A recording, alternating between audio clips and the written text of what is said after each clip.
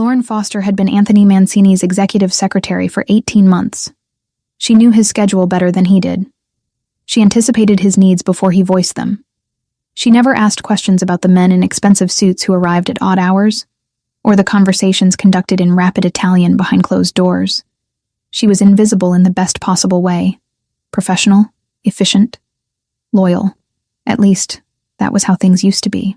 The office occupied the top 3 floors of a building in Midtown Manhattan. Floor-to-ceiling windows overlook the city. Glass and steel stretched toward the sky. Anthony's private office sat at the corner, all dark wood and leather, the kind of space that demanded respect before a single word was spoken. Lauren's desk stood just outside, a guardian between Anthony and the rest of the world. She arrived at 7 every morning without fail. Black coffee waiting on his desk by 7:15. Files organized, calls screened, meetings prepared. 18 months of perfect routine. Until 6 months ago, when everything shattered. Lauren had been leaving the building at 11 at night, arms full of documents that needed filing before the morning. She'd hailed a taxi on the corner, slid into the back seat, gave her address in Queens. The driver pulled into traffic. 3 blocks later, a black sedan came out of nowhere. High-speed chase. Rival crew fleeing from one of Anthony's operations gone wrong. The sedan ran a red light at 60 miles per hour and slammed into the passenger side of Lauren's taxi. Metal screamed. Glass exploded. The world spun in a chaos of sound and pain. Lauren woke up in a hospital bed 3 hours later. Shattered kneecap. Torn ligaments. Surgery required immediately. Anthony had been there when she opened her eyes. Still wearing the same shirt from earlier that day. Tie loosened. Hair disheveled.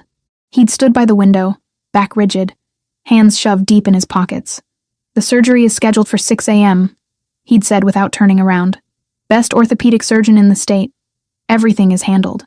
Lauren had tried to speak, to say she couldn't afford that, but he'd cut her off with a single raised hand.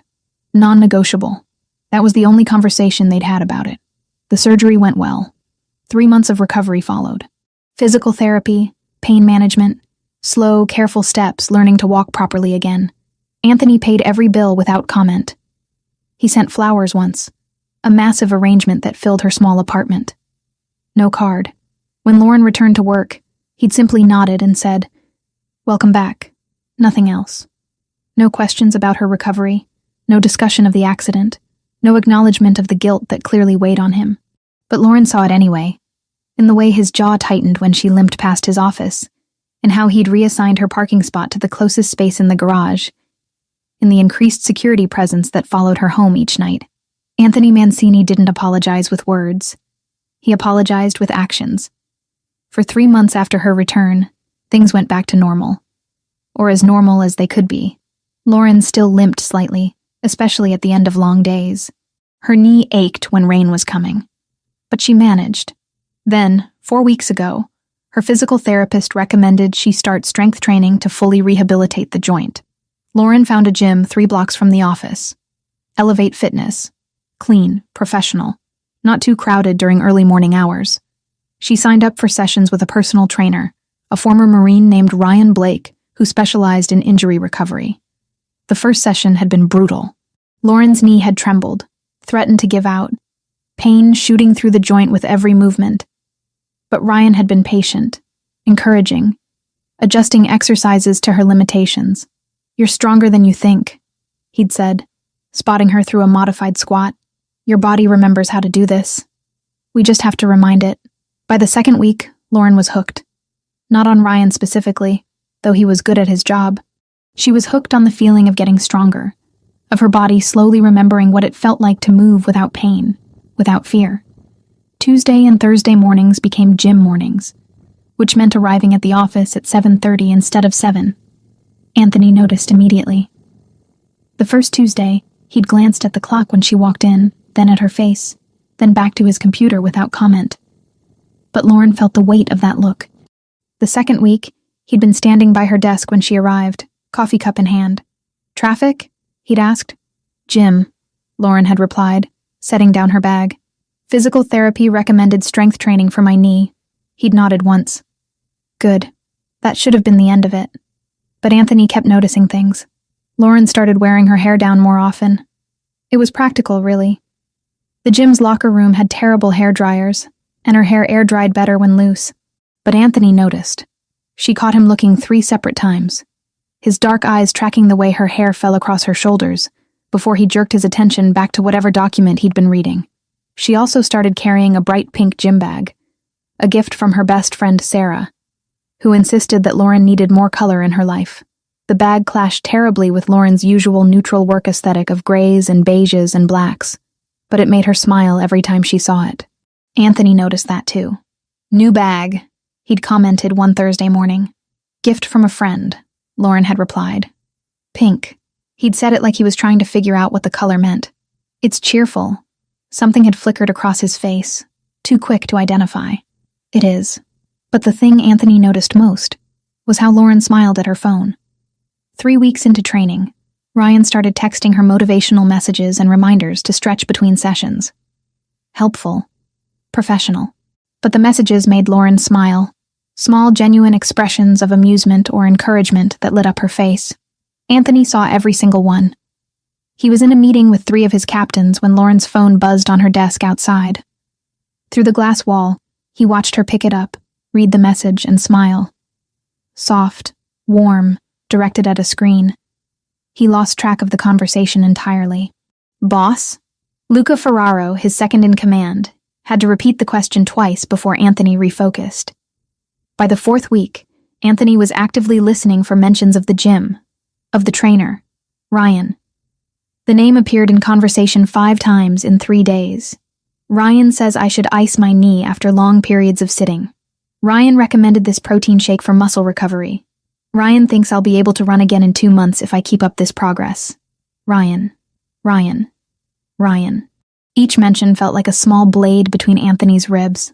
Thursday afternoon, Lauren stopped by his office to drop off signed contracts. She moved with more confidence now. The limp almost entirely gone. Her posture had straightened. She looked healthier, stronger, happy. "Ryan helped me do a full squat today," she said, genuine pride in her voice. First time since the accident. Complete range of motion, no pain. Anthony looked up from his desk. "That's good progress." "It's amazing progress." Her smile was brilliant. "He's really good at what he does." Something hot and ugly twisted in Anthony's chest. He recognized it immediately, hated it instantly. Jealousy. "I'm glad you're recovering well," he managed. Lauren nodded and left, completely unaware of the war happening inside him. Anthony sat alone in his office for 20 minutes, staring at nothing, trying to rationalize away the feeling. She was his secretary. Her personal life was none of his business. If some gym trainer was helping her heal from an injury that happened because she worked for him, that was good. That was what Anthony wanted. Except it wasn't. He didn't want some stranger making her smile like that. Didn't want someone else seeing her proud and happy and strong. He wanted to be the one who gave her that. Which was completely inappropriate, unprofessional, and dangerous. Anthony poured himself 2 fingers of scotch from the bar in his office and forced himself to let it go. Lauren was off limits. She worked for him. She trusted him. He would not cross that line just because he couldn't control his own emotions. Decision made. Problem solved. Thursday evening changed everything. Anthony was reviewing quarterly reports when he heard Lauren's heels clicking across the marble floor outside his office.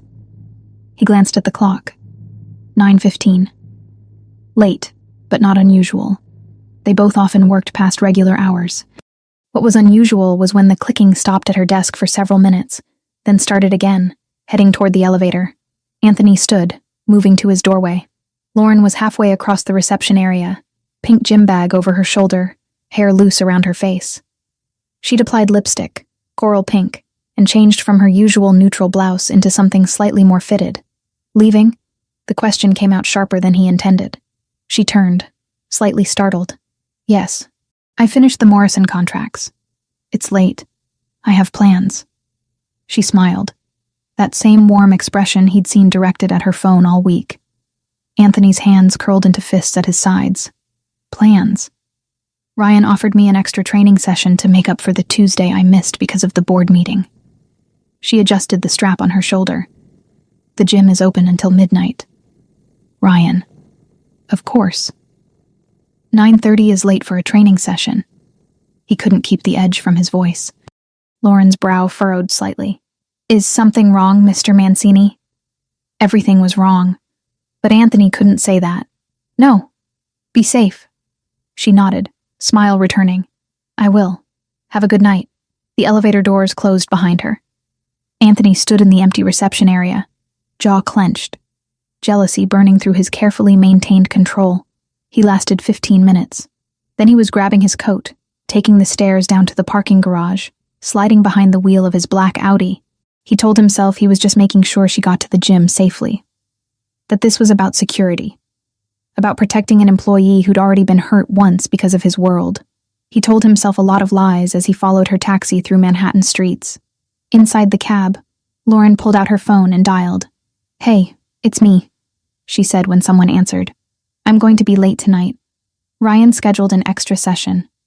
I know, but my knee feels so good, Sarah. I can actually move again without pain. Sarah. Anthony filed the name away, realizing with a strange twist in his gut that he knew almost nothing about Lauren's personal life. 18 months working together, and he couldn't name a single friend. Couldn't recall her mentioning family. Didn't know what she did on weekends. He'd kept her at a professional distance so effectively that she'd become nearly invisible to him. Until suddenly, she wasn't. The taxi pulled up in front of Elevate Fitness. Lauren paid, stepped out onto the sidewalk, gym bag bright pink against the evening darkness. Anthony parked across the street, engine still running, watching her walk through the glass doors. This was insane. He should leave. Should go back to the office, pour another scotch, forget this entire evening. Instead, he turned off the engine and settled in to watch. Through the windshield, he watched Lauren disappear inside Elevate Fitness. The building was all glass and chrome, deliberately transparent to show off the expensive equipment inside. He could see clearly from his position across the street. She appeared again on the main floor, moving past rows of treadmills toward the weight section in the back. Her pink gym bag stood out like a beacon against the neutral grays and blacks of the space. Then Ryan emerged from somewhere in the rear of the facility. He was tall, probably 6'2", with the kind of build that came from years of disciplined training rather than vanity. Blonde hair pulled back in a small knot at the base of his skull. Tattoos covered both forearms.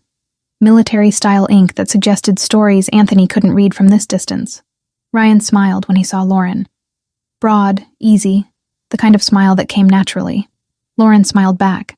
They met near the squat rack, and even from across the street, Anthony could see how comfortable they were together. No awkwardness, no hesitation. Just two people who'd spent enough time in each other's company to develop genuine rapport. Ryan said something. Lauren laughed. The sound inaudible through the glass but visible in the way her shoulders shook slightly. How her hand came up to cover her mouth. Anthony's jaw clenched so hard his teeth ached. They started setting up equipment. Ryan grabbed weights from a rack, placed them strategically. Lauren dropped her bag on a nearby bench and began stretching, rolling her shoulders, bending to touch her toes. She was wearing black leggings and a fitted tank top in deep purple. Anthony had never seen her in anything like it. At work, she wore conservative blouses and dress pants, everything designed to blend into the background. This was different. This was Lauren as herself, not as his secretary. Ryan demonstrated an exercise, some kind of lunge with rotation. Lauren watched carefully, nodded, then attempted to mirror his movements. Her form was slightly off. Ryan stepped closer, hands moving to her waist to adjust her position. His hands, on her waist. Anthony felt something dark and possessive roar to life in his chest. He forced himself to breathe, to think rationally. Ryan was a trainer. This was his job. Adjusting form, preventing injury. That was what trainers did. It meant nothing. Except Anthony wanted to cross the street, walk into that gym, and remove Ryan's hands from Lauren's body with extreme prejudice. He gripped the steering wheel instead, knuckles white. This was insane. He was acting like a jealous teenager, not the head of one of the most powerful organizations on the East Coast. Lauren was allowed to have a trainer. She was allowed to smile, to laugh, to exist outside of her role in his life. She didn't belong to him. But the rational part of his brain was losing the argument against the part that wanted to claim her anyway. For 20 minutes, Anthony sat in the car watching them work through exercises. Ryan was professional, keeping appropriate distance most of the time, but occasionally he'd step close to spot her, to adjust her grip on weights, to correct her posture. Each touch made Anthony's vision narrow. He needed to leave. This was crossing every line of appropriate behavior. He was her employer, not her keeper. What she did on her own time was none of his business. Anthony reached for the ignition key. Then Ryan stepped back from Lauren, said something that made her nod, and headed toward a door at the side of the building. Anthony watched him push through into what looked like an alley, watched him pull a pack of cigarettes from his pocket, shake one loose, light it with a silver lighter. Ryan leaned against the brick wall, took a long drag, exhaled smoke into the night air. Just a smoke break. Normal. Anthony was definitely leaving now. This entire surveillance operation was ridiculous and beneath him. His hand was actually on the key when headlights cut through the darkness. A gray Mercedes sedan pulled up to the curb near where Ryan stood. Sleek, expensive, the kind of car that cost more than most people made in a year. The driver's door opened. A man stepped out. Anthony's entire body went cold. He knew that face. Had memorized it years ago, along with every other face that belonged to his enemies. Viktor Sokolov. 6'1", always impeccably dressed, never without a weapon. He'd worked his way up through the Bratva's ranks with ruthless efficiency, earned his position as Alexei Volkov's right hand through a combination of intelligence and brutality, and he was standing in an alley with Lauren's personal trainer. Viktor moved with the casual confidence of someone who owned whatever space he occupied. He reached into his jacket and pulled out an envelope. Thick, white, clearly stuffed with something. Ryan straightened from the wall but didn't approach. Cautious. Smart. They spoke. Anthony couldn't hear the words, but he could read body language. This wasn't a friendly conversation. This was business. Viktor extended the envelope. Ryan hesitated for 3 seconds, then took it. He opened it immediately, fingers flipping through what Anthony could now clearly see was cash. Counting, verifying. The movements were quick, practiced. 90 seconds of conversation followed.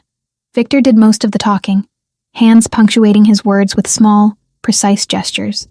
Ryan nodded several times, asked what looked like 2 questions, received answers. Then Viktor turned and walked back to his Mercedes without shaking hands, without any of the usual pleasantries that ended legitimate business transactions. The car pulled away from the curb and disappeared into traffic. Ryan stood alone in the alley, envelope still in his hand. He looked down at it for a long moment, expression unreadable. Then he folded it in half, shoved it into his back pocket, took one last drag of his cigarette, and crushed it under his heel. Casual. Like he'd just finished a smoke break. Like he hadn't just taken money from the Bratva. Ryan walked back inside the gym, pushing through the door without a backward glance. Anthony sat frozen in the driver's seat, jealousy completely incinerated by the cold fury of threat assessment. This wasn't about feelings anymore. This wasn't about watching Lauren smile at another man. About irrational possessiveness. About wanting what he shouldn't have. This was about security. About danger. About his secretary potentially being used as an access point to his organization. He pulled his phone from his coat pocket and dialed Luca's number. 2 rings. Boss. Luca's voice was alert, despite the late hour. He never slept deeply. A habit from 20 years in this life. I need a complete background check. Highest priority. On who? Ryan Blake. Personal trainer at Elevate Fitness on Madison and 43rd. I need everything. Military service records, financial history, known associates, arrests, parking tickets, everything that exists on this man. Luca paused. This related to the secretary? Anthony's jaw tightened. Yes. How urgent? I need it in 3 hours. Another pause. That's a tight timeline. I just watched him take money from Viktor Sokolov in an alley behind the gym where Lauren trains. Anthony's voice was ice. So, yes, it's urgent. Viktor? All traces of sleep vanished from Luca's voice. You're sure? I'm sure. Which means Lauren is either being used or is in danger.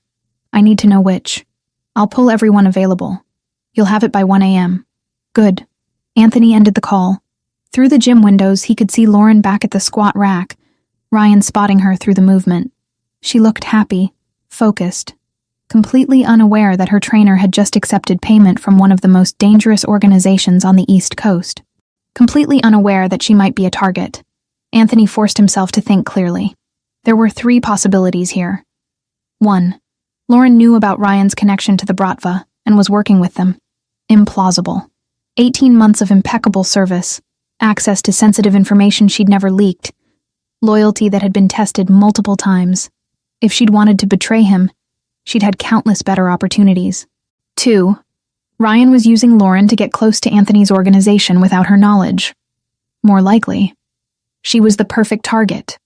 Direct access to Anthony's schedule, his meetings, his movements. And she'd never suspect her helpful, friendly trainer of having ulterior motives. 3. This was a coincidence, and Ryan's business with Victor had nothing to do with Lauren. Anthony didn't believe in coincidences. He watched them for another 40 minutes. The training session wrapped up. Ryan said something that made Lauren laugh one more time. She grabbed her pink bag, waved goodbye, and headed for the exit. Anthony started his car, prepared to follow her taxi home to make sure she arrived safely. But his mind was already 3 steps ahead, analyzing angles, calculating risks, planning responses. By the time Lauren's taxi turned the corner toward Queens, Anthony had made 2 decisions. First, he would not tell Lauren about this yet. Not until he had solid information. No point in alarming her if Ryan's connection to Victor was unrelated to her. Second, if Ryan was using Lauren to get to him, Anthony would eliminate the threat before it had a chance to materialize. He'd lost people before because he'd been too slow, too trusting, too willing to believe in good intentions. He would not lose Lauren. His phone buzzed at 12:45 a.m., a text from Luca. Preliminary findings are interesting. Full report in 15 minutes. Anthony pulled over onto a side street and waited. At 1 a.m. exactly, his phone rang. "Talk to me," Anthony answered. "Ryan Blake, 31 years old. Discharged from the Navy 5 years ago. Official reason listed as insubordination, but I pulled the actual file. He questioned orders during a classified operation, refused to follow through on what he considered an illegal command. Got him kicked out with a general discharge. So he has principles." Anthony's voice was flat. "That doesn't explain Victor. I'm getting there. After discharge, he bounced around. Security work, private contracting, nothing stable. Started working at Elevate Fitness 9 months ago. Legitimate employment on paper, but his bank records tell a different story." "How different?" "His salary is $3,200 a month, but he's had irregular deposits totaling between $8,000 and $15,000 every month for the past 2 months. Always cash deposits, always under $10,000 to avoid automatic reporting." Anthony's grip on the phone tightened. Sources, unknown. But I cross-referenced his movements with known Bratva activity. 3 documented meetings with Viktor Sokolov in the past 8 weeks. Tonight makes 4. What else? This is where it gets interesting. Luca's voice shifted into the tone he used when he'd found something significant. I pulled the membership records for Elevate Fitness. Ryan has 17 regular clients. 4 of them work as personal assistants or secretaries to major players. 1 works for Jonathan Mercer at Goldman Sachs, 1 for Senator Patricia Morrison, 1 for the DA's office, and now 1 for you. The pattern was unmistakable. He's collecting information. Anthony said it as fact, not question. That's my assessment. Gets close to people who have access. Builds trust through the training relationship. Extracts intelligence without them realizing what's happening. And the Bratva pays him for it. Exactly. Anthony stared through his windshield at the empty street. What's his angle with Lauren specifically? Your schedule, your movements, your routines. She knows when you're vulnerable, where you go, who you meet with. That information is worth a lot to Volkov. Has he approached any of the other clients yet? Asked suspicious questions? I'm running down that angle now. Should have answers by morning. But boss, there's one more thing. What? I checked Ryan's personal life. He has a younger sister, Melissa Blake. 19 years old, student at NYU. Or she was. She stopped going to classes 4 months ago. Hasn't been seen since mid-August. 4 months. Right before Ryan started making regular deposits. You think the Bratva has her? It fits their pattern. Find leverage, apply pressure, get compliance. If they're holding his sister, Ryan doesn't have a choice. He cooperates, or she dies. Anthony processed this new information. It didn't change the fundamental problem. Ryan was feeding information to the Bratva, which meant Lauren was in danger. The reason why Ryan was doing it mattered less than the fact that he was. Keep digging on the sister. I want confirmation. Will do. What's your play with the trainer? Anthony looked at the dashboard clock. 1:16 a.m. I'm going to remove him from the equation before he can do any more damage. You want me to handle it? No. I'll take care of this personally. Boss, if the Bratva is using him, removing him might trigger retaliation, especially if they figure out you know about the connection. Then we'll deal with that when it comes. But I'm not leaving a threat this close to Lauren in play for another day. Luca was quiet for a moment. How much does she know? Nothing. And it's staying that way until I have this handled. Understood. I'll have the full report on your desk by 7 a.m. Anthony ended the call and sat in silence, mind working through scenarios and contingencies. Lauren had no idea she'd been targeted. No idea the man helping her recover from an injury was actually using her as a source of intelligence. No idea that every casual mention of Anthony's schedule, every offhand comment about his meetings, was being reported back to his enemies. She trusted Ryan.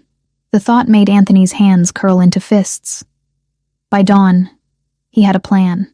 Friday morning arrived with cold autumn sunlight cutting through the Manhattan skyline. Anthony had been in his office since 5 a.m. The full report from Luca spread across his desk like evidence at a crime scene. Ryan Blake's entire life laid bare in 47 pages. Military service, discharge records, financial statements showing deposits that didn't match his declared income, surveillance photos documenting 3 previous meetings with Viktor Sokolov, a list of his other clients, each one positioned close to someone powerful, and buried in the appendix, a missing person report filed by Ryan's mother in New Jersey. Melissa Blake, last seen August 14th, 4 months ago. Anthony had read every word twice. Now he sat back in his leather chair, fingers steepled, calculating the best way to eliminate this threat, without tipping off the Bratva that he knew about their intelligence operation. The elevator chimed at 7:28. Lauren's heels clicked across the marble floor of the reception area. Anthony heard her set down her bag, heard the familiar sounds of her morning routine. Computer powering on. Coffee maker starting in the small kitchen alcove. Filing cabinet drawer sliding open. At 7:30 exactly, she appeared in his doorway with his coffee. Black, 2 sugars, the same way he'd taken it for 18 months. Good morning, Mr. Mancini. Her voice was bright, energized. Anthony looked up from the report, really looked at her for the first time since this whole situation had started. Lauren's hair was still damp from a post-workout shower, pulled back in a loose braid that left small tendrils curling around her face. Her cheeks were flushed with exertion and cold air. She wore a charcoal blouse and black dress pants, back to her professional uniform, but something in her posture had changed. She stood straighter, moved with more confidence. The improvement in her physical condition over the past month was undeniable. Ryan had helped her achieve that. Whatever his ulterior motives, he genuinely aided her recovery, which made what Anthony was about to do more complicated. Morning. He took the coffee from her. How was your session? Surprise flickered across her face. He rarely asked about her personal activities. Good. Really good, actually. She smiled, and Anthony felt that now familiar twist in his chest. Ryan thinks I'll be ready to try jogging in another 2 weeks. Light jogging, nothing intense, but still. 6 months ago, I couldn't walk without limping. That's excellent progress. Anthony kept his voice neutral, professional. Your dedication to the recovery has been impressive. Thank you. She shifted her weight slightly. Is there anything urgent this morning? I saw the calendar is clear until 10. Nothing urgent. But I'll need you to clear my afternoon. Cancel the meeting with the investors. Her brow furrowed slightly. Professional concern, not personal. Mr. Mancini, that meeting has been scheduled for 3 weeks. They're flying in from Chicago specifically for this. I'm aware. Reschedule it for next week. May I ask why? She pulled out her phone, already pulling up his calendar. If there's an emergency, I should know in case they ask questions. Personal business that requires my immediate attention. Lauren paused, finger hovering over her screen. In 18 months, Anthony had never once prioritized personal business over a major investor meeting. But she was too professional to push. I'll handle it. Thank you, Lauren. She nodded and returned to her desk, already composing the necessary emails. Anthony watched her through the glass wall that separated his office from the reception area. She had no idea. No clue that the man she trusted was feeding information about her employer to an organization that would kill her without hesitation if it served their purposes. No idea that she'd been selected, targeted, manipulated. The thought made rage simmer beneath Anthony's careful control. He waited until Lauren was absorbed in her work, then pulled out his phone and dialed his attorney. David, I need you to handle an acquisition. Today. What's the timeline? David Harlow had worked for Anthony for 8 years. Knew better than to ask unnecessary questions. Transaction needs to be complete by end of business Tuesday. That's 4 days. What kind of acquisition are we talking about? A gym. Elevate Fitness on Madison. I want to buy the business outright. Assume all assets and liabilities. Take possession immediately. Silence on the other end. Then, carefully. May I ask the reason for the urgency? Security concern. Understood. I'll start the research this morning. Is price a factor? No. Pay whatever it takes to close this quickly and quietly. I don't want the current owner to have time to think or negotiate. Make the offer generous enough that they'd be stupid to refuse. I'll have preliminary numbers by noon. Anthony ended the call and immediately dialed Luca. I need a different kind of search, he said when Luca answered. Female physiotherapist, age 45 or older, at least 15 years of experience, specializes in post-surgical recovery. And Luca, I need someone completely clean. No connections to any organization, no financial irregularities, no history that could be used as leverage. This is for the secretary? Yes. When I remove Ryan, Lauren's recovery doesn't stop. I need someone in place immediately. How fast? I want options by Monday morning. Someone who can start by Wednesday at the latest. I'll make it happen. Luca paused. You're moving fast on this. Every day Ryan has access to Lauren is another day of exposure. I'm not giving the Bratva any more time to extract information. What's your plan for when they notice their asset has been cut off? Let them notice. By the time they realize what happened, the connection will already be severed. They can't leverage what they don't have access to. And if they come at you directly, then we'll handle it the way we always do. Anthony's voice was cold. But they're not getting to Lauren. He spent the rest of Friday morning maintaining normalcy. Calls with his captains, reviewing shipment schedules, handling the daily operations that kept his organization running smoothly. But his mind was on the gym 3 blocks away, on the man who was using his secretary as an intelligence source, on the best way to dismantle this threat without collateral damage. At noon, David called back. I've got the numbers. Elevate Fitness is owned by a holding company, which is owned by a private investor named Marcus Shaw. He's had it for 6 years, runs 4 other gyms in the city. Profitable, but not spectacular. What's the current valuation? Based on revenue and assets, probably around $2.3 million. But for a fast sale with no contingencies, I'd recommend offering 3. Offer 4. Tell him he has until Monday at noon to accept or the offer disappears. $4 million for a gym worth 2? Even David sounded surprised. I want this done, David. Make the offer so attractive he can't say no. I'll draw up the papers this afternoon. The weekend crawled past. Anthony kept tabs on Ryan through Luca's surveillance team. Saturday morning, Ryan met with someone at a coffee shop in Brooklyn. Not Victor this time, but another Bratva associate that Anthony's people had on file. Whatever intelligence operation they were running, it was active and ongoing. Sunday evening, David sent confirmation. Marcus Shaw had accepted the offer. $4 million, cash payment, immediate transfer of ownership. Papers would be finalized Monday morning, possession transferred by Tuesday afternoon. Anthony sat in his penthouse, city lights spreading below him like stars, and felt the first real satisfaction he'd had in days. Monday morning, Lauren arrived at her usual 7:30. She looked tired, moving slower than she had on Friday. You okay? Anthony asked when she brought his coffee. Fine. Just a tough workout this morning. Ryan introduced a new exercise routine and I'm feeling it. Ryan.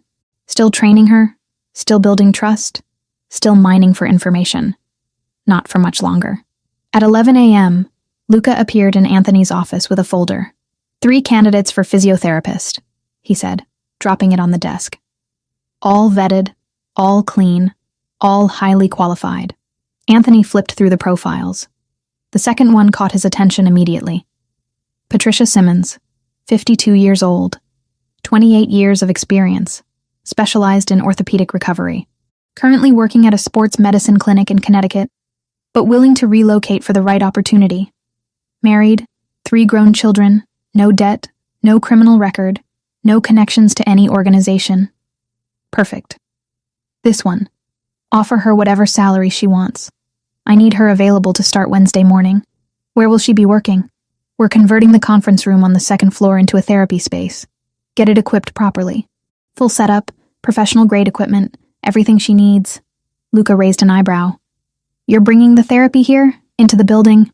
Closer to my security, less exposure outside. Lauren will be safer. The secretary's going to ask questions. Letter. Anthony closed the folder. What's the status on Ryan? Still following normal patterns. He trained the secretary this morning at 6:30, went home, back to the gym for afternoon clients. Nothing unusual. And Saturday's meeting? We got long-range audio.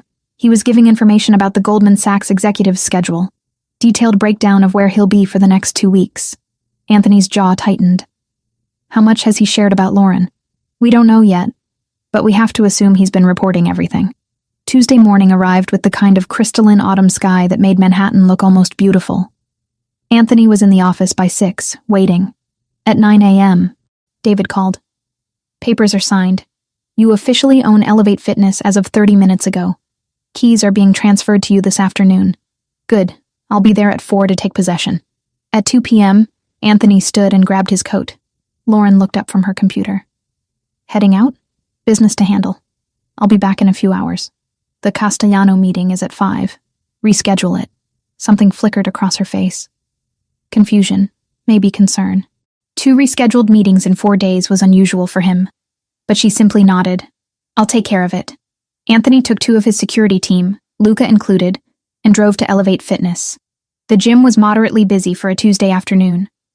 Cardio equipment filled, weight section active, group fitness class happening in the back studio. The manager met him at the front desk.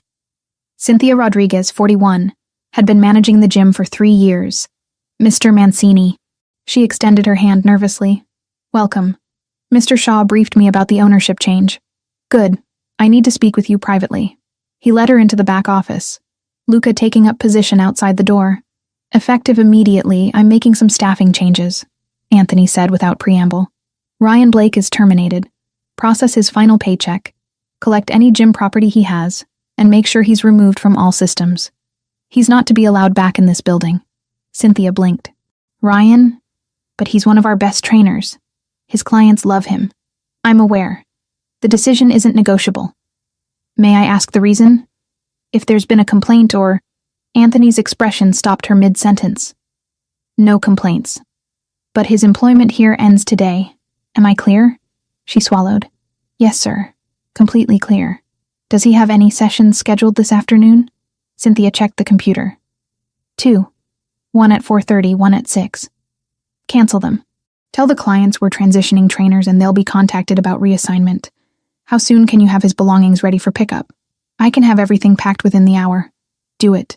And make sure security knows he's no longer authorized to enter.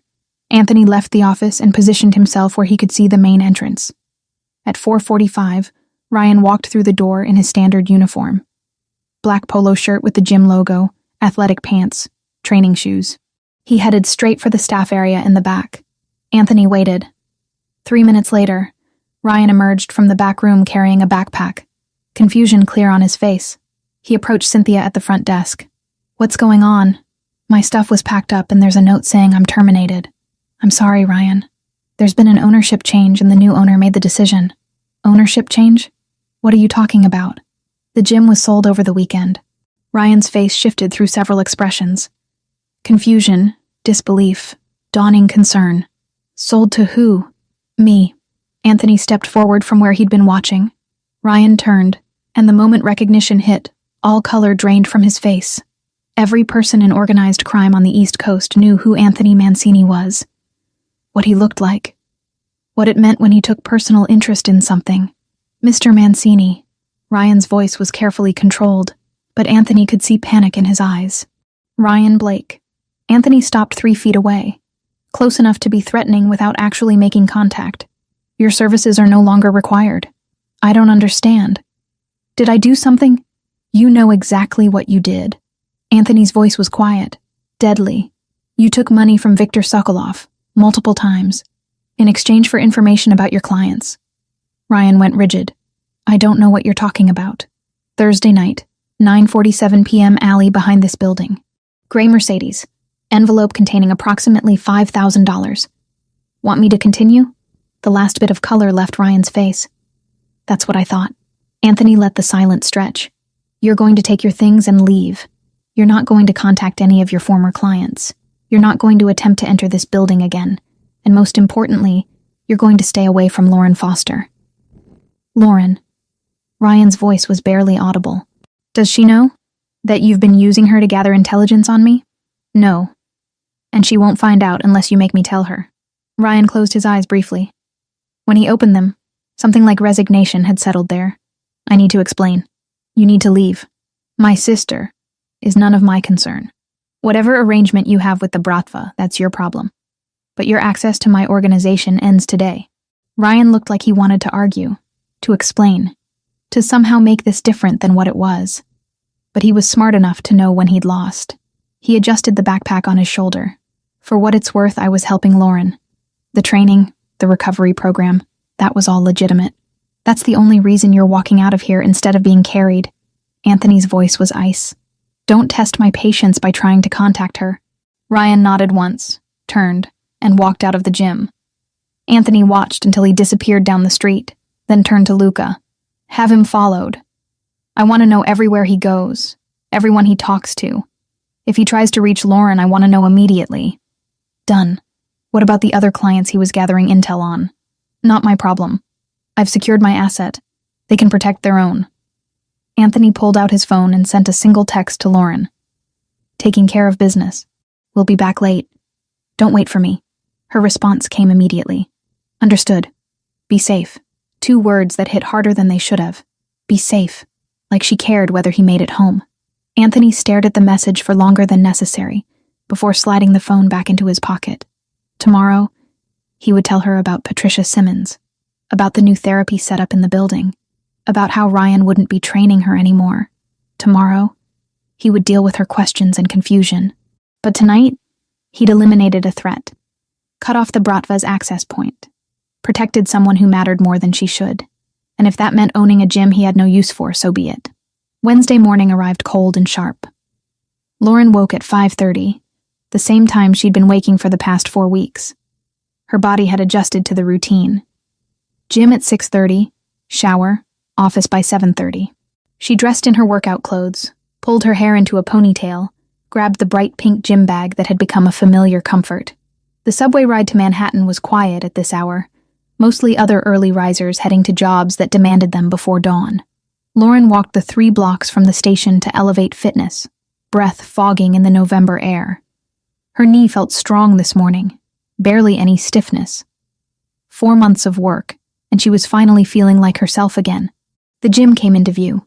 Something was wrong. The lights were off. Not the dimmed overnight lighting, but completely dark. A paper notice was taped to the glass door. Lauren's stomach dropped. She walked closer, reading the printed text. Due to ownership transition, Elevate Fitness will be closed for reorganization November 19th, 20. We apologize for any inconvenience. Regular operations will resume November 24th. Ownership transition? Lauren pulled out her phone and dialed the emergency number listed at the bottom of the notice.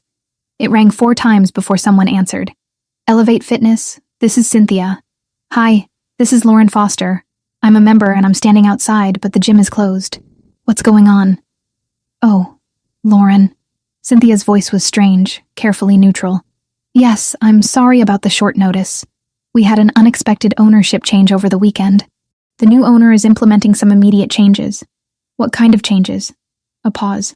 Some staffing adjustments and facility updates. We should be reopened by Thursday.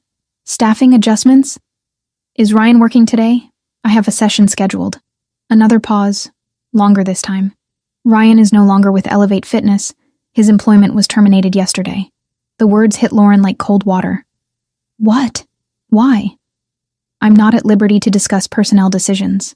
But if you'd like to continue training, we'll be happy to match you with another trainer when we reopen. Lauren's hand tightened on her phone. Can I at least contact Ryan directly? Get his new gym information? I wouldn't recommend that. Cynthia's voice dropped slightly. The terms of his departure were complicated. Complicated how? I really can't say more. I'm sorry, Lauren. If you want to cancel your membership, we'll process a full refund.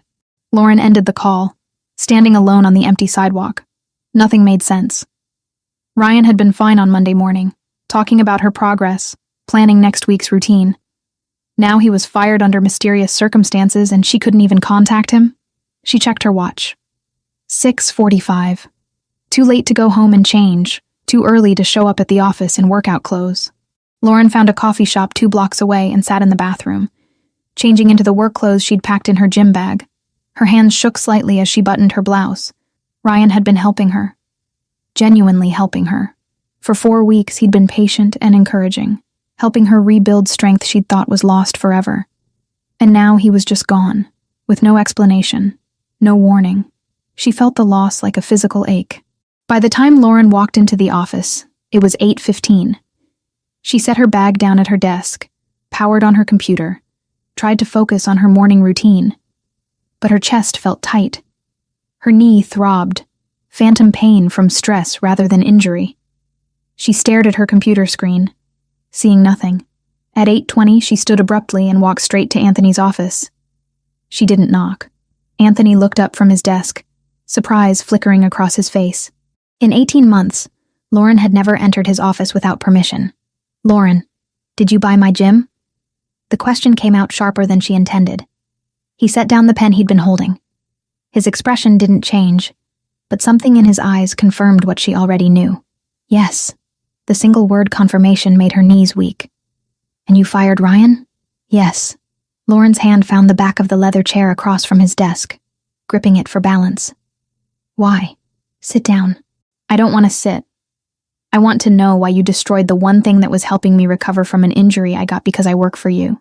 Anthony stood slowly, moving around his desk. "That's exactly why I did it. That makes no sense." "Sit down, Lauren." His voice was gentle but firm. "Please." She sat. Not because he asked, but because her legs wouldn't hold her anymore. Anthony returned to his desk, opened a drawer, and pulled out a folder. He placed it on the desk between them, then turned it to face her. The first page was a photograph. Ryan, standing in an alley, talking to a man in an expensive suit. Even in the grainy surveillance photo, Lauren recognized the location. Behind Elevate Fitness. "Who is that?" she asked. "Viktor Sokolov. He works for Alexei Volkov, head of the Russian Bratva. They're my biggest rival." Lauren looked up sharply. "What does that have to do with Ryan?" Anthony flipped to the next page. Another photo. Ryan accepting an envelope. The next page showed a bank statement, certain deposits highlighted in yellow. Ryan has been receiving between $8,000 and $15,000 a month in cash deposits. The money comes from the Bratva. In exchange, he provides them with information. Information about what? About his clients. Specifically, clients who work for people in positions of power. Lauren's stomach turned. "I don't understand." Anthony flipped through several more pages. Ryan has 17 regular clients. 4 of them are personal assistants or secretaries to major figures.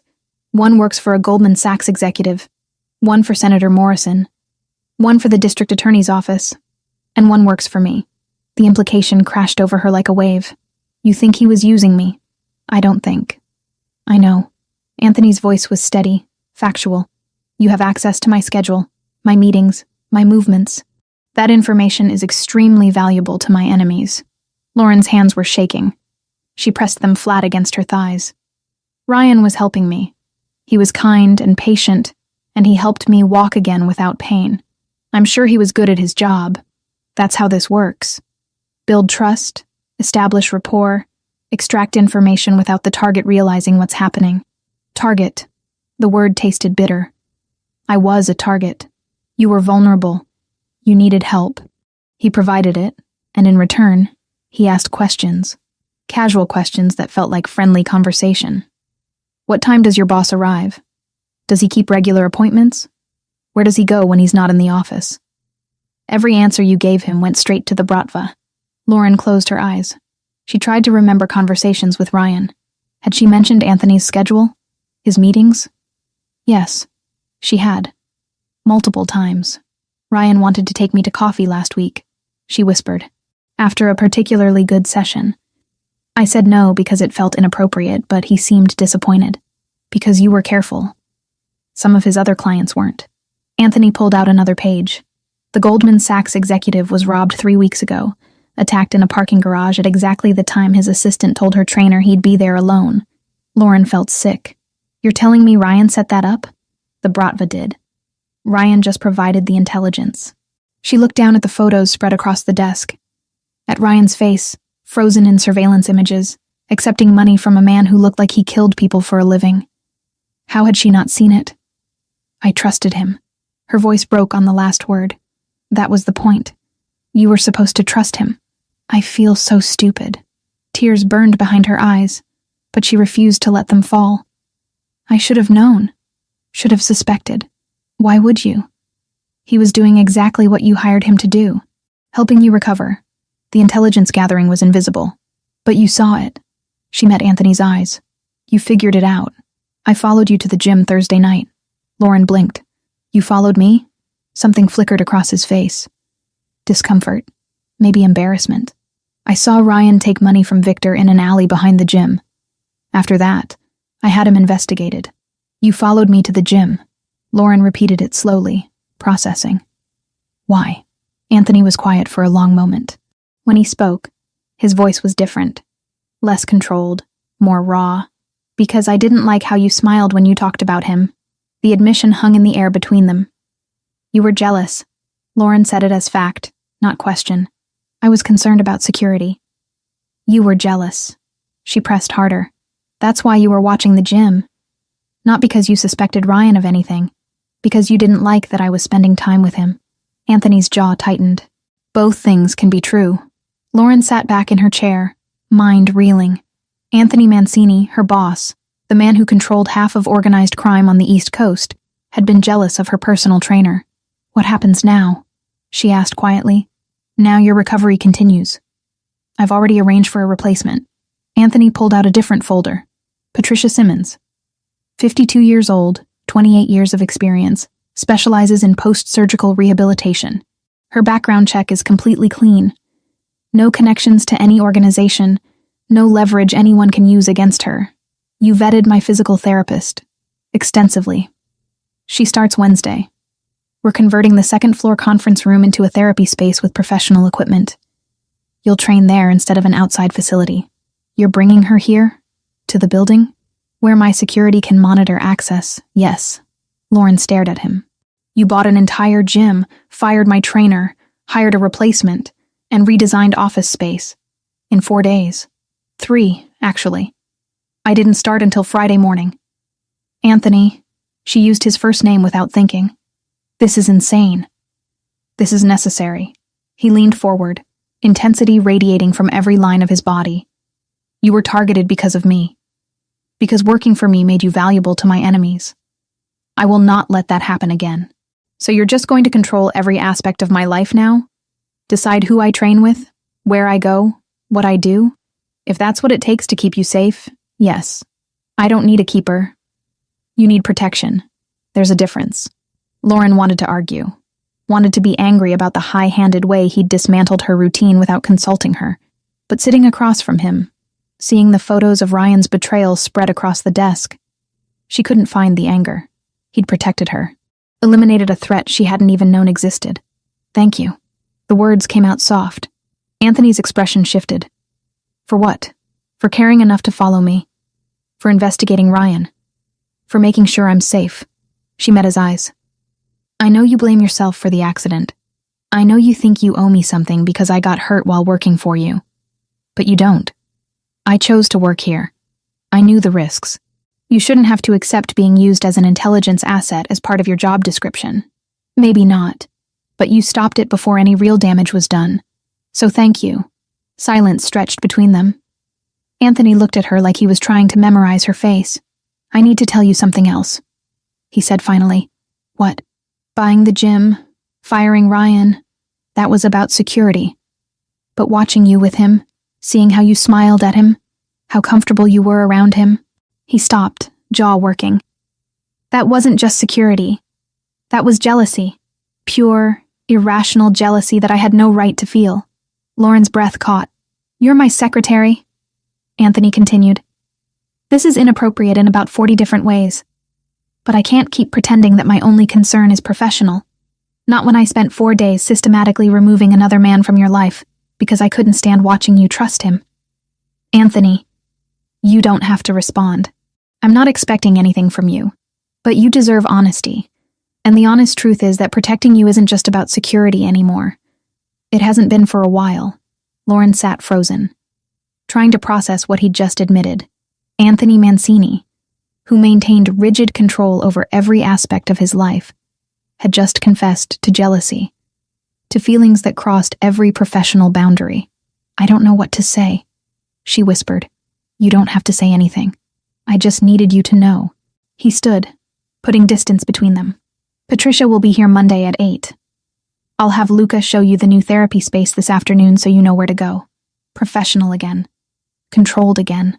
Like the confession had never happened. But Lauren's heart was pounding, and her hands were still shaking, and everything she thought she understood about her relationship with Anthony Mancini had just been turned completely upside down. 3 weeks passed in a new rhythm. Lauren trained with Patricia Simmons every Monday, Wednesday, and Friday morning at 7 in the converted therapy space on the second floor. The room had been transformed completely. Professional rehabilitation equipment lined one wall, padded mats covered the floor, mirrors reflected natural light from the large windows.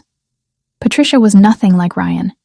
She was methodical, clinical, focused entirely on biomechanics and recovery metrics. She didn't make small talk or ask personal questions. She assessed Lauren's progress with the detached efficiency of someone who'd spent 3 decades rebuilding broken bodies. And Lauren's recovery accelerated dramatically under her care. The limp disappeared completely. The persistent ache that had followed her through every day since the accident faded to nothing. By the end of the second week, Patricia had her doing exercises that would have been impossible a month ago. "Your muscle memory is excellent," Patricia observed during a Friday session, watching Lauren move through a complex squat variation. "The foundation was always there. We just had to remind your nervous system how to access it." Lauren finished the set, breathing hard, but controlled. "How much longer until I can try running?" "Another week. We'll start with light jogging on the treadmill, assess how the joint responds, then build from there." Patricia made notes on her tablet. "But you're progressing ahead of schedule. Whatever work you did before the accident, your body hasn't forgotten it." What Lauren's body also hadn't forgotten was the awareness of being watched. Anthony observed every session. Not obviously, not intrusively. But Lauren could see him through the glass wall that separated the therapy room from the hallway. He'd walk past with a file in his hand, pause for 30 seconds to look at his phone, glance through the window. Or he'd be in conversation with Luca, standing in a position that gave him a clear view of the room. He was checking on her, making sure she was safe, that Patricia was legitimate, that no new threats had materialized. It should have felt suffocating. Instead, Lauren found it strangely comforting. The day after Anthony's confession in his office, things had been awkward. Lauren had spent the entire day hyper-aware of his presence, of every interaction, of the weight of what he'd admitted. But by the end of the week, they'd fallen into something new. Not the rigid professionalism of before, but not quite personal either. A strange middle ground where Anthony asked about her therapy progress, and Lauren occasionally stayed late to help him review documents, and neither of them acknowledged the shift that had happened between them. Then Luca walked into Anthony's office on a cold December morning, with information that changed everything. Lauren was at her desk, reviewing the schedule for the following week, when she heard Anthony's voice through his open office door. "You're certain?" Confirmed through 3 separate sources. Luca's voice was grim. "Melissa Blake disappeared 4 months ago. Last seen August 14th, walking home from her shift at a bookstore in Brooklyn. Security footage shows 2 men following her. They match known Bratva associates." Lauren's hand stilled on her keyboard. "Melissa Blake. Ryan's sister. Where is she now?" Anthony asked. "Warehouse complex near the Red Hook shipping terminal. We've had surveillance on the location for 2 days. She's being held in the main building, 2nd floor, room facing the water. How many guards? 6 rotating shifts, 2 men per shift. Standard Bratva security protocol for hostage situations. And Ryan? Still under surveillance. He hasn't attempted to contact Lauren or any of his former clients. He's holed up in New Jersey with his mother. Hasn't left the house in 3 weeks. Silence followed. Lauren knew she shouldn't be listening, but she couldn't make herself move. They took his sister to force his cooperation. Anthony said finally. He was never working for them by choice. Looks that way. Which means when you cut off his access to Lauren, you also cut off his ability to protect his sister. That's not my problem. Boss, if the Bratva realizes their intelligence stream has dried up, they might eliminate the sister. She's a liability now. More silence. Lauren held her breath. What was their endgame with Lauren? Anthony asked. From what we've pieced together, they were building a complete profile. Her routines, her vulnerabilities, her schedule. The plan was to grab her in about 2 weeks, use her as leverage to force concessions from you. Lauren's blood went cold. They were going to kidnap her. That was the working theory. Ryan had been feeding them information for 3 months.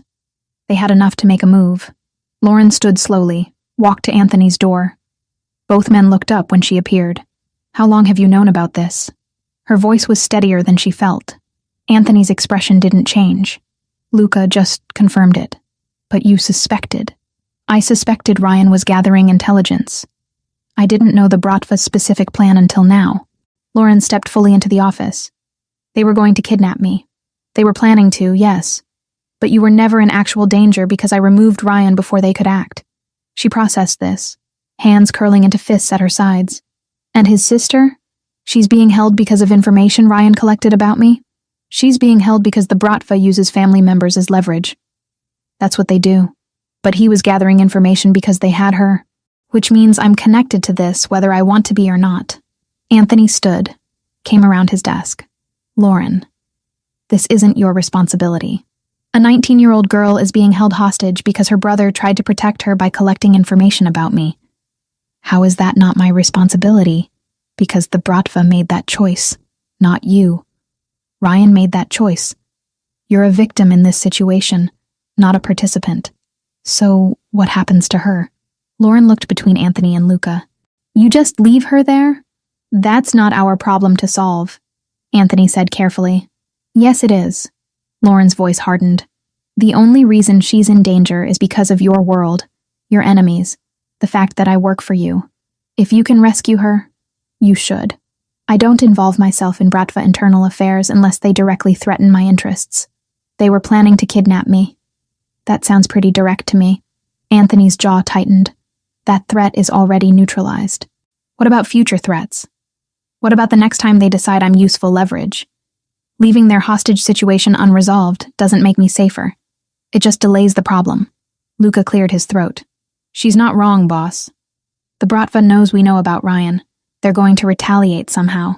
We could frame this as a preemptive strike. Send a message that we don't tolerate civilian targets. Anthony looked at Lauren for a long moment. She met his gaze without flinching. You understand what you're asking me to do, he said quietly. I understand you're capable of getting her out safely, and I understand that 19-year-old girls shouldn't be used as weapons in your war. Something shifted in Anthony's expression. You're too good for this world. Maybe. But I'm in it anyway, so I might as well use whatever influence I have to do something right. Anthony turned to Luca. Start planning an extraction. I want options by end of day. Yes, sir. After Luca left, Lauren remained standing in the doorway. Anthony moved to the window, hands in his pockets, looking out at the city. You're accepting my security detail, he said, without turning around. Permanent driver, bodyguard when you're outside this building, electronic sweep of your apartment. I know, and you're not going to fight me on it. I understand why it's necessary now. Good. He turned to face her. Because the Bratva will notice when their warehouse gets hit. They'll figure out the connection, and they'll be angry. So, we make sure they're too busy dealing with their own problems to come after me. We? Lauren crossed her arms. I'm part of this now, Anthony. You made that clear when you bought a gym to protect me. So yes, we. He studied her face, searching for something. Most people would run, would quit, would distance themselves from this situation as fast as possible. I'm not most people. No. His voice dropped. You're not. The air between them felt charged, heavy with things neither of them was saying. I should get back to work, Lauren said finally. Lauren. He stopped her before she could leave. Thank you. For what? For caring about a girl you've never met. For making me remember that there are lines that shouldn't be crossed. Even in this life. She nodded once and returned to her desk. But she could feel his eyes on her back the entire time. That evening, Lauren stayed late again. Not because Anthony asked her to, but because she wanted to understand what was happening. Wanted to see the plans, know the risks, be part of the solution instead of just another problem he had to manage. At 10 p.m., they were alone in his office, maps of the Red Hook area spread across his desk. Luca had provided detailed layouts of the warehouse complex, guard rotation schedules, entry and exit points. The optimal approach is here. Anthony pointed to a service entrance on the east side. 2-man entry team suppressed weapons, neutralize guards quietly. Second team secures the perimeter, blocks reinforcements. We're in and out in under 10 minutes. Lauren leaned over the map, studying the layout. What about cameras? Luca's team will loop the feeds. As far as their security system is concerned, nothing will happen. And the girl, Melissa? How do you know she'll cooperate? She's been held for 4 months. She might not trust anyone. That's why we're bringing Ryan. Lauren's head snapped up. What? Ryan knows his sister. She'll trust him. We extract both of them together, relocate them somewhere safe. You'd do that? After everything he did? Anthony straightened, meeting her eyes. He was protecting family. I understand that motivation. And you're right. This situation exists because of my world. The least I can do is end it properly. They stood close together. The map between them. City lights painting shadows across Anthony's face. Lauren could smell his cologne, woodsy and clean. Could see the faint stubble on his jaw where he'd skipped his usual evening shave. Her hand rested on the desk near his. Not touching, but close. The accident, Anthony said suddenly. 6 months ago. It haunts me. Lauren went still. Anthony, every time I see you limp, every time you wince because your knee aches, every time I remember that you were in that taxi because of paperwork I needed filed, because you work for me, because being near me makes you a target. His voice was rough. It's a weight I carry every single day. I never blamed you. You should. You should have quit. Should have taken the settlement money and walked away from this life. From me. From all of it. But I didn't. She turned to face him fully. I chose to stay. Not because I felt obligated. Not because I was afraid to leave. But because I trust you. Because working for you. Being part of this world. It makes me feel like I'm contributing to something that matters. Lauren, I run a criminal organization. Nothing about this matters in any legitimate sense. You protect people. You maintain order. You have rules, boundaries, things you won't compromise on. That matters to me. They were inches apart now, neither of them sure how the distance had closed. You're too good for me, Anthony said quietly. Stop telling me what I am. I know who I am. I know what I want. And what do you want? The question hung between them, dangerous and necessary. Lauren's hand moved, just slightly, until her fingers touched his where they rested on the edge of the desk. The contact was electric. I want to stop pretending this is just professional. Anthony's breath caught.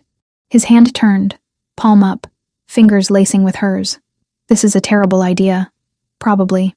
You work for me. There are 100 reasons why this crosses every line. I know. And you're under pressure. The threat, the security concerns, everything happening around you. I won't take advantage of that. Lauren stepped closer, free hand coming up to rest against his chest. You're not taking advantage. I'm choosing this. Fully aware, completely conscious of every complication.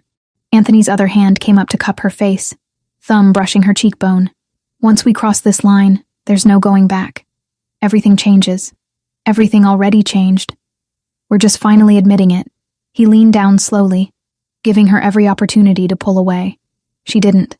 Their lips met softly at first, testing, questioning.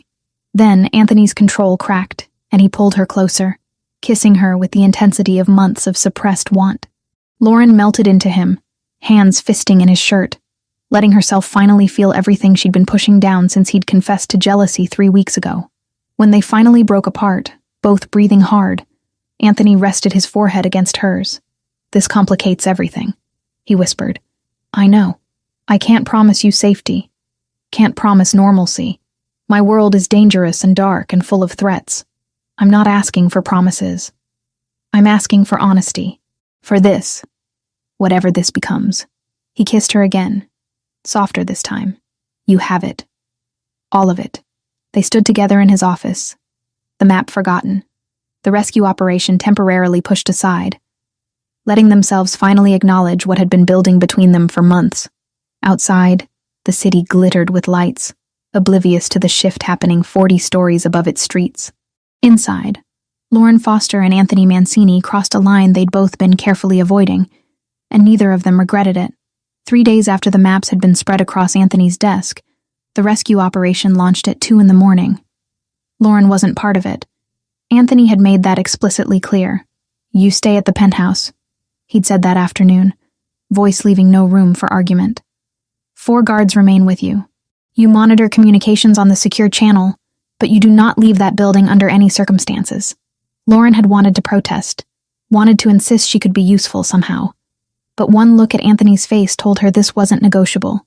So now she sat on the leather sofa in Anthony's penthouse, 43 floors above Manhattan, wearing one of his old sweatshirts because the apartment felt too cold and empty without him in it. A radio sat on the coffee table in front of her, connected to the secure frequency his team used. Static crackled. Voices came through intermittently, clipped and professional. Team 1 in position. Team 2 ready at the perimeter. Target building confirmed. 6 heat signatures on 2nd floor. Lauren pulled the sweatshirt sleeves over her hands, knees drawn up to her chest. 4 of Anthony's guards were positioned throughout the penthouse. 1 at the elevator, 1 in the hallway, 2 rotating between rooms. She was as safe as it was possible to be. But Anthony was walking into a building full of armed men who wouldn't hesitate to kill him. The radio crackled again. Initiating entry in 30 seconds. Lauren's heart hammered against her ribs. She checked her phone. 2:37 a.m. Entry successful. Moving to secondary. Silence followed. Long, terrible silence where Lauren counted her own heartbeats and tried not to imagine everything that could go wrong. Then, package located.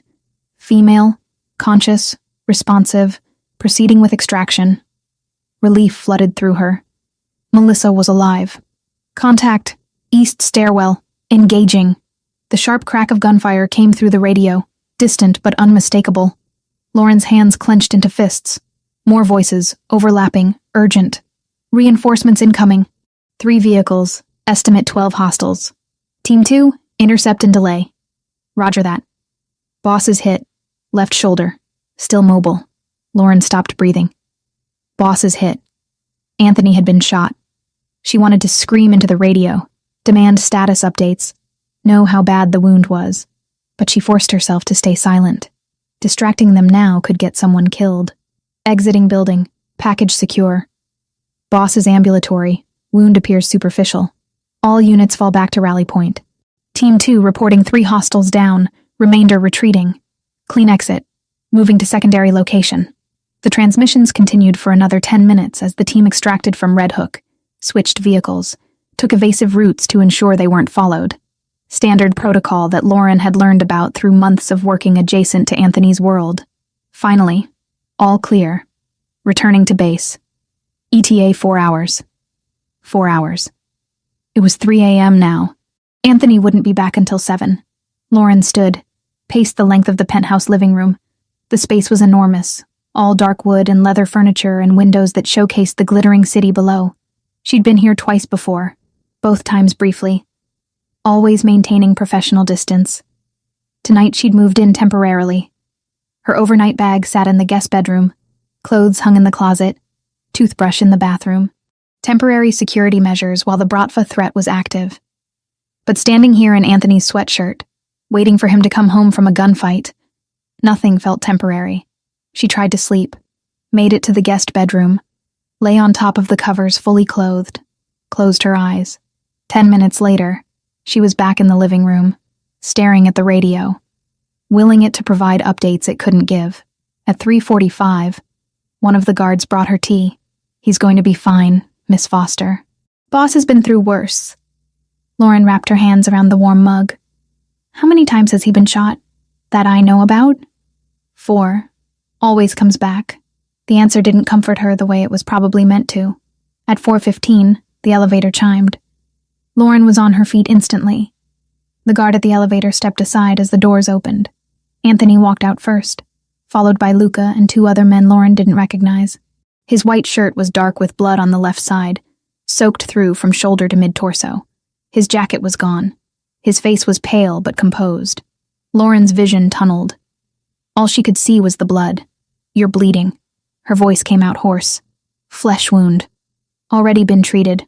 Anthony moved toward her, steady on his feet. "Melissa is safe. She's at a private medical facility under protective custody. Ryan is with her." "You're bleeding," Lauren repeated, because she couldn't process anything else he was saying. "Lauren." He stopped in front of her. "I'm fine. There's blood soaked through your entire shirt. That's not fine." Luca cleared his throat. "Boss, you should let her look at it." The field dressing was quick, not thorough. Anthony's jaw tightened. "I said it's handled, and I'm saying I need to see it." Lauren set down her tea, hands shaking. "Please." Something in her voice made him relent. "Everyone out. Give us the room." The guards and Luca filed back into the elevator. The doors closed, leaving them alone. "Sit," Lauren ordered, pointing to the sofa. "Lauren, sit down, Anthony. Now." He sat, probably more from surprise at her tone than actual compliance. Lauren moved in front of him, reaching for the buttons on his blood-soaked shirt. Her fingers trembled so badly she could barely manage the first button. Anthony's hand came up to cover hers. "I'm okay. I promise you I'm okay. Let me see." He dropped his hand, allowing her to continue. She unbuttoned the shirt carefully, peeling the fabric away from his skin. Blood had soaked through to his undershirt too. She helped him ease the dress shirt off, wincing when he hissed in pain, moving his left arm. The undershirt came next. When she finally got it over his head, she saw the wound. A bullet had torn through the muscle of his left shoulder, entry and exit wounds both visible. Someone had packed both holes with gauze and wrapped the entire shoulder with medical tape, but blood was already seeping through the white bandaging. "It's not as bad as it looks," Anthony said quietly. Lauren's vision blurred. "You could have died, but I didn't." "You could have." Her voice broke. "You could have been killed, and I would have been sitting here listening to it happen over the radio." "Hey." Anthony's right hand came up to cup her face. "I'm here. I'm fine." "You're not fine. You're shot." Tears spilled over despite her best efforts to contain them. "Where's the medical kit?"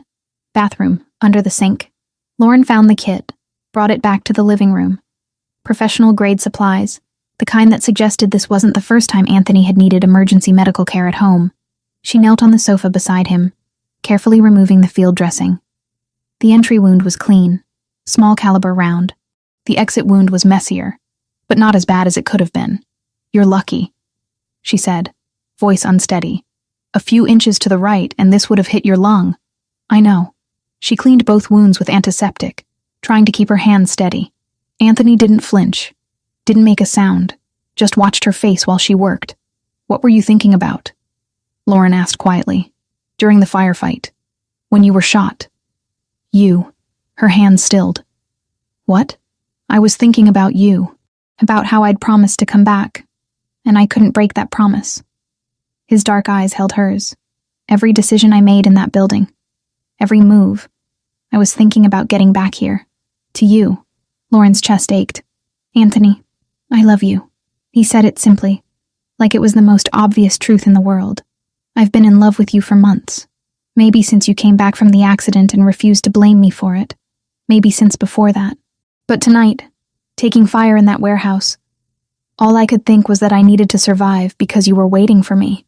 The bandage fell from Lauren's fingers. "You love me." "Yes. You could have died before I ever knew that. But I didn't die. I'm here." She kissed him then, hard and desperate, tasting salt from her own tears. Anthony's good arm came around her waist, pulling her closer, despite the pain it must have caused. When they broke apart, Lauren pressed her forehead to his. "I'm in love with you too. I've been trying not to be, trying to stay professional, trying to convince myself it was just proximity or gratitude or anything other than what it actually is. But I can't anymore. I'm in love with you. And watching you walk out of that elevator covered in blood was the worst moment of my life." Anthony's hand tangled in her hair. "I'm sorry." "Don't be sorry. Just don't die. Promise me you won't die. I can't promise that. This life doesn't come with guarantees. And promise me you'll try. Promise me you'll fight to come home. That I can promise. He kissed her again. Softer this time. Always. Lauren finished bandaging his shoulder with trembling hands, then helped him into a clean shirt. The sky outside was starting to lighten. Dawn approaching over the city. You need rest, she said. So do you. They moved to Anthony's bedroom together, neither willing to be separated. Lauren helped him lie down, mindful of his injured shoulder. Then she curled against his right side, head resting on his chest, where she could hear his heartbeat. Alive. He was alive. Tell me about Melissa, she whispered, scared but unharmed. Ryan's with her at the hospital. They're both under guard until we figure out what to do with them. And the Bratva? We'll retaliate eventually, but we sent a message tonight. Civilian hostages are off limits. Lauren traced idle patterns on his chest.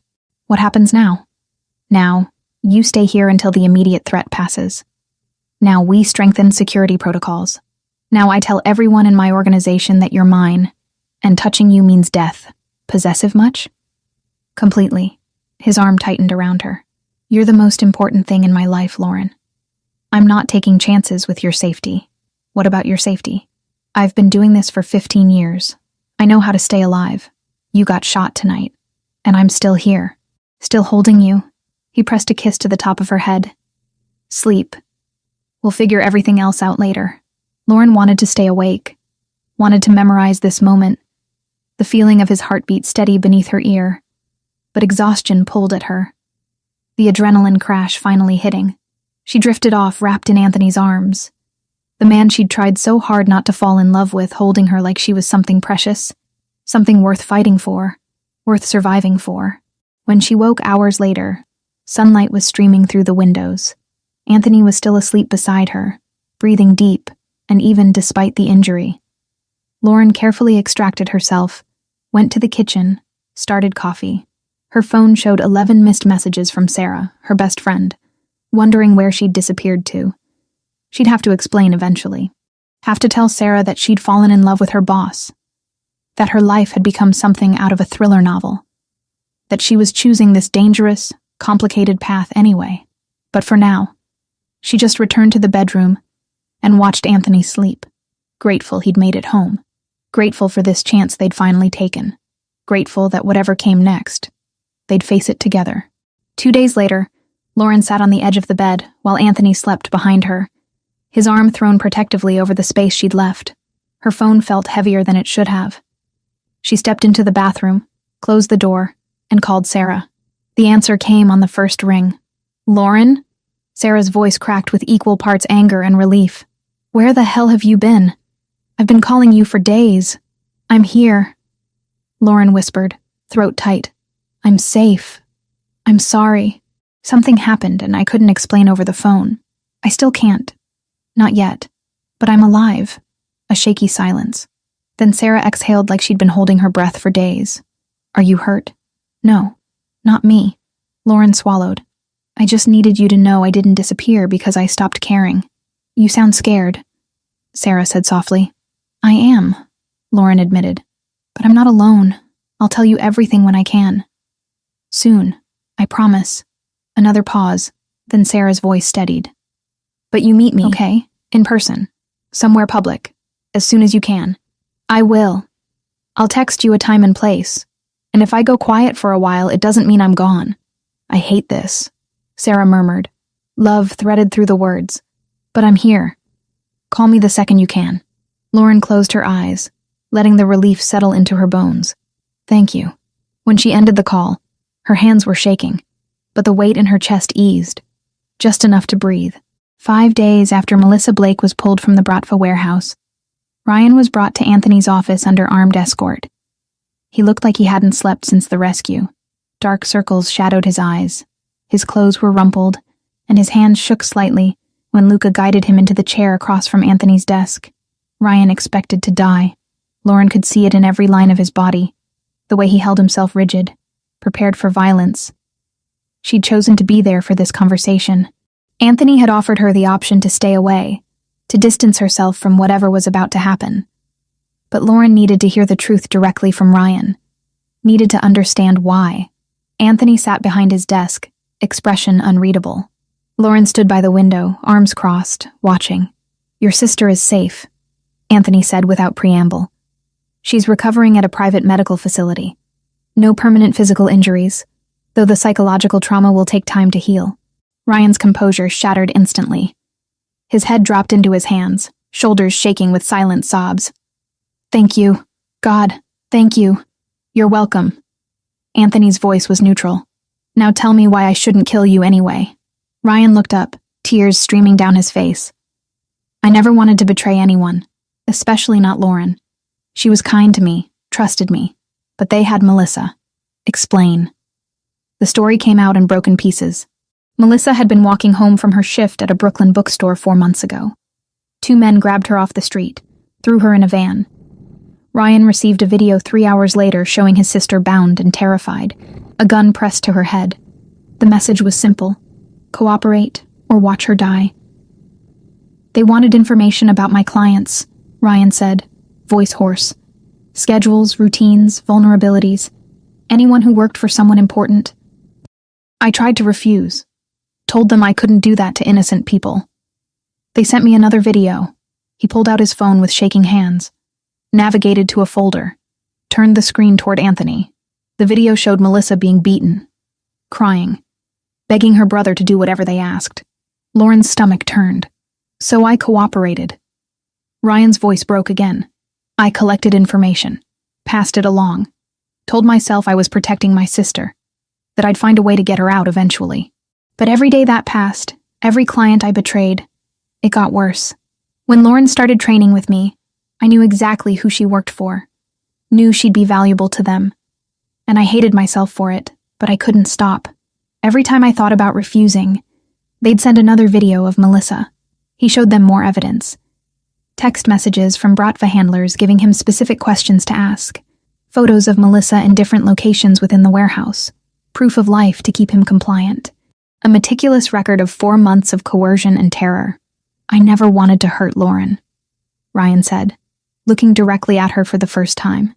"Everything I did to help you recover, that was real. The training program, the encouragement, watching you get stronger. That was the only good thing in my life during those months. And I destroyed it by using you anyway." Lauren uncrossed her arms. She should be angry, should hate him for the betrayal, for making her a target, for putting her in danger. But looking at his destroyed face, understanding what he'd endured, she couldn't find the rage. "Your sister is 19 years old," she said quietly. "Of course you did what they asked. Anyone would have. That doesn't make it right." "No, but it makes it understandable." Lauren moved closer to the desk. "You were protecting family. That's not evil, Ryan. That's human." Anthony watched this exchange with careful attention. Then he leaned forward, elbows on his desk. "I'm going to offer you 2 choices," he said.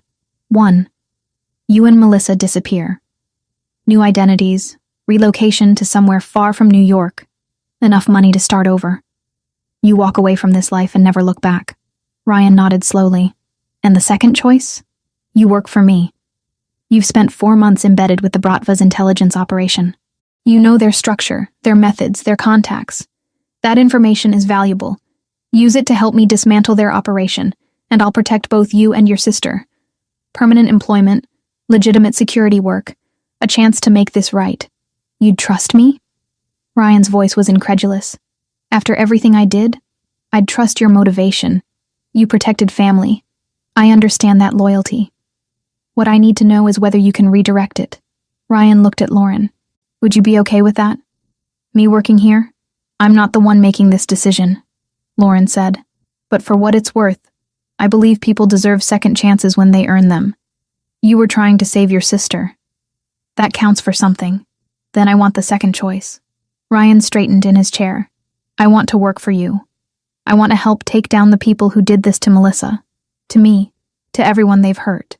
And I want to prove that I'm more than what they forced me to become." Anthony studied him for a long moment. "If you betray me again, you won't get a third chance." "I understand." "Good. Report to Luca tomorrow morning. He'll start your debriefing." After Ryan left with his escort, Lauren moved to stand beside Anthony's desk. That was generous. That was strategic. He knows things that will help us neutralize a major threat. You could have just extracted that information through other means. Anthony looked up at her. You wanted me to give him a chance. I'm giving him one. Because of me? Because you saw something worth saving. And I trust your judgment. Lauren leaned down and kissed him, soft and quick. Thank you. Over the next 2 weeks, Ryan's debriefing revealed critical intelligence. The Bratva's operation was larger than Anthony had suspected, with networks extending through multiple cities. But the most valuable information was about internal dynamics. Viktor Sokolov was unhappy. Alexei Volkov, the Bratva's leader, had become increasingly paranoid and reckless over the past year. His decisions were putting the entire organization at risk, creating unnecessary conflicts, drawing unwanted attention from law enforcement. Viktor wanted out. But leaving the Bratva wasn't something you did voluntarily. People who tried to walk away ended up dead. Anthony saw an opportunity. He arranged a meeting through careful intermediaries, a neutral location, security for both sides, terms that would allow Viktor to speak freely without immediate repercussions. They met in an empty warehouse in Queens at midnight. Viktor arrived with 2 bodyguards. Anthony brought Luca and 1 other man. You're taking a substantial risk being here, Anthony said. Viktor smiled coldly. So are you. Volkov would have me killed if he knew about this meeting, and he'd consider it an act of war from you, which is why we're both motivated to make this conversation worthwhile. What do you want, Viktor? Out.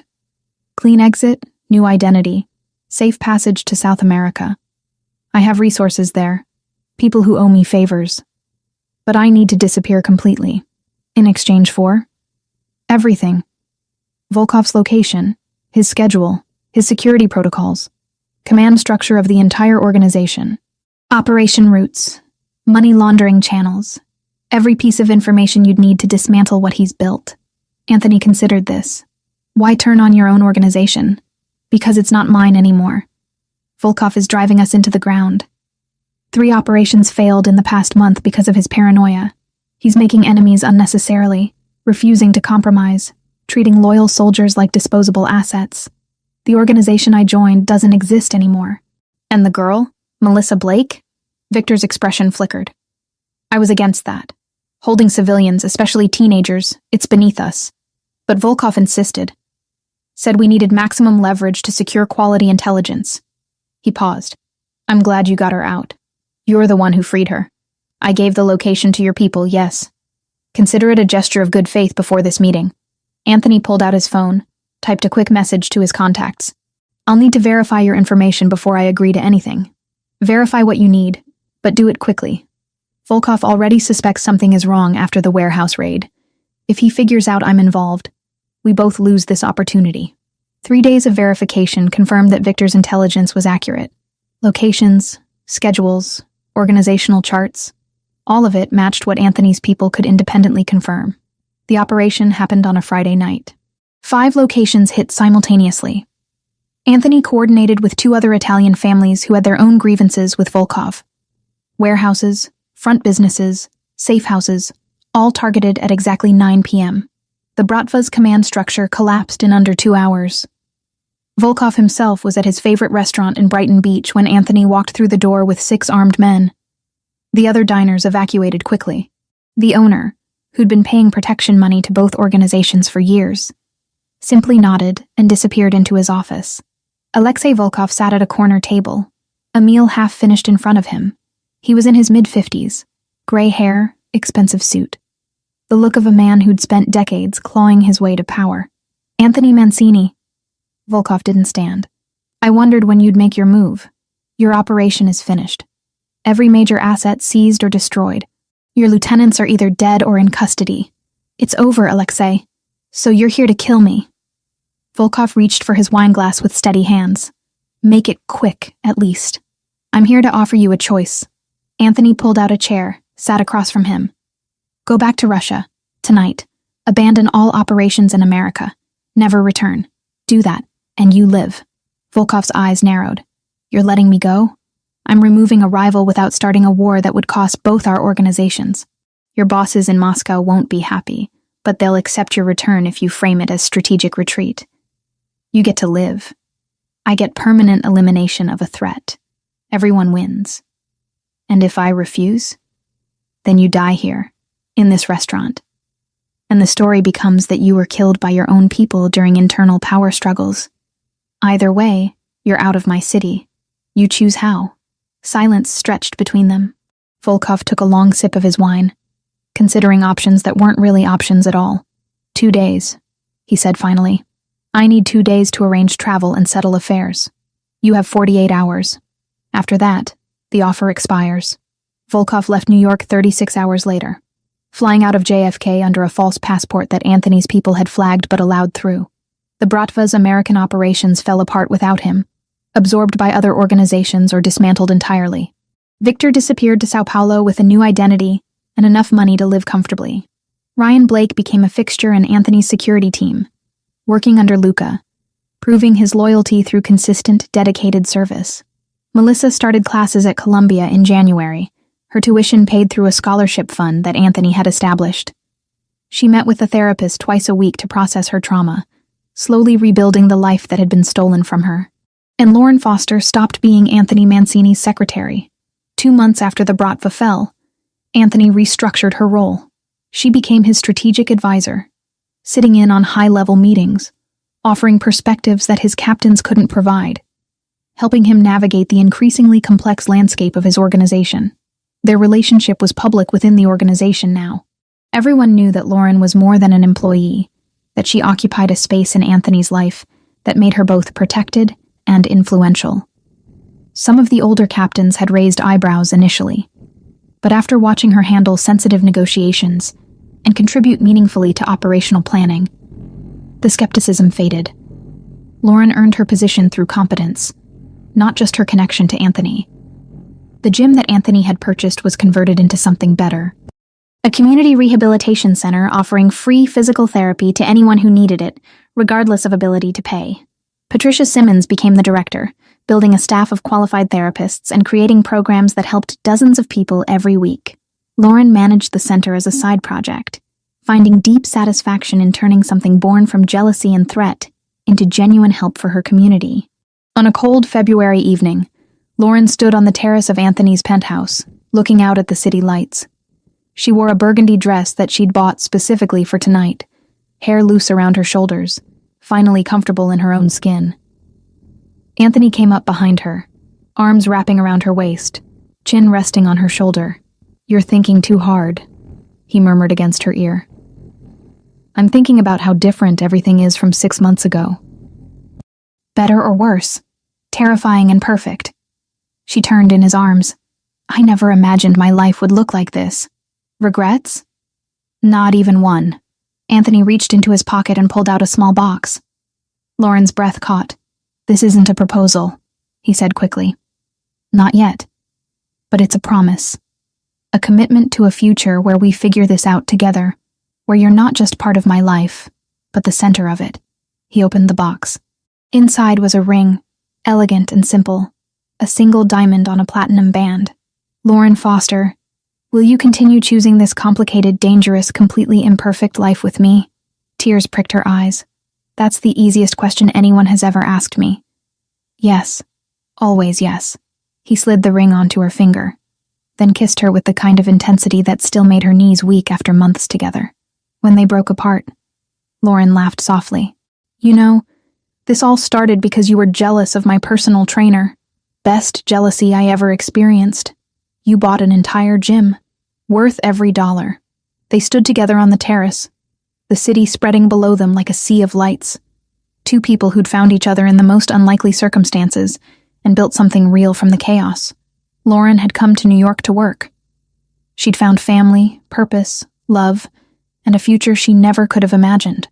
And laying in Anthony's arms, wearing his ring, she knew with absolute certainty that every dangerous, complicated, terrifying choice that had led her here had been exactly right.